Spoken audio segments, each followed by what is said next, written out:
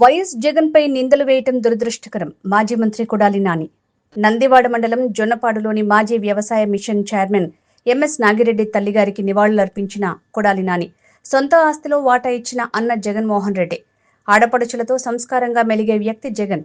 లడ్డూ అంశంలో కూటమి రాజకీయాలను దేవుడు చూస్తున్నాడు. కూటమి ప్రభుత్వం దొంగ వాగ్దానాలతో ప్రజల్ని మోసం చేస్తోంది. త్వరలోనే ఈ ప్రభుత్వానికి ప్రజలు బుద్ధి చెప్తారు. జగన్మోహన్ రెడ్డి గారి ఇంట్లో ఉన్నటువంటి చెల్లెల్ని తీసుకొచ్చి రోడ్డు ఎక్కించి జగన్మోహన్ రెడ్డి గారి మీద నిందలు మోపేటువంటి కార్యక్రమం ఈ రాష్ట్రంలో ఉన్నటువంటి ప్రజలందరూ కూడా ఆలోచించాల్సినటువంటి అవసరం ఉంది. తండ్రి చనిపోయిన తండ్రి ఆస్తిలో వాటా ఇచ్చేటువంటి అన్నదమ్ములు ఉంటారు. తన సొంత ఆస్తిలో కూడా వాటా ఇచ్చి ఈరోజు జగన్మోహన్ రెడ్డి గారి మీద ఇంత దారుణంగా ఆడపిల్లలు మాట్లాడుతున్నా కూడా సంస్కారంతో ఒక మాట కూడా చెల్లెళ్ళ గురించి తప్పుగా మాట్లాడినటువంటి మానవత్వం ఉన్నటువంటి వ్యక్తి జగన్మోహన్ రెడ్డి గారు.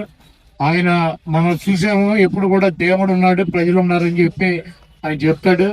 తిరుపతి లడ్డు విషయంలో దేవుడు కూటమి ప్రభుత్వానికి కానీ ఆ కూటమిలో ఉన్నటువంటి నాయకులకు కానీ ఎటువంటి ముట్టికాయలు వేసాడో, ఏ రకంగా అభాసు పాలయ్యారో మనం చూసాము. తప్పకుండా ఆ దేవుడి దయతో ప్రజల దయతో జగన్మోహన్ రెడ్డి గారు ముఖ్యమంత్రి అవటం తథ్యం.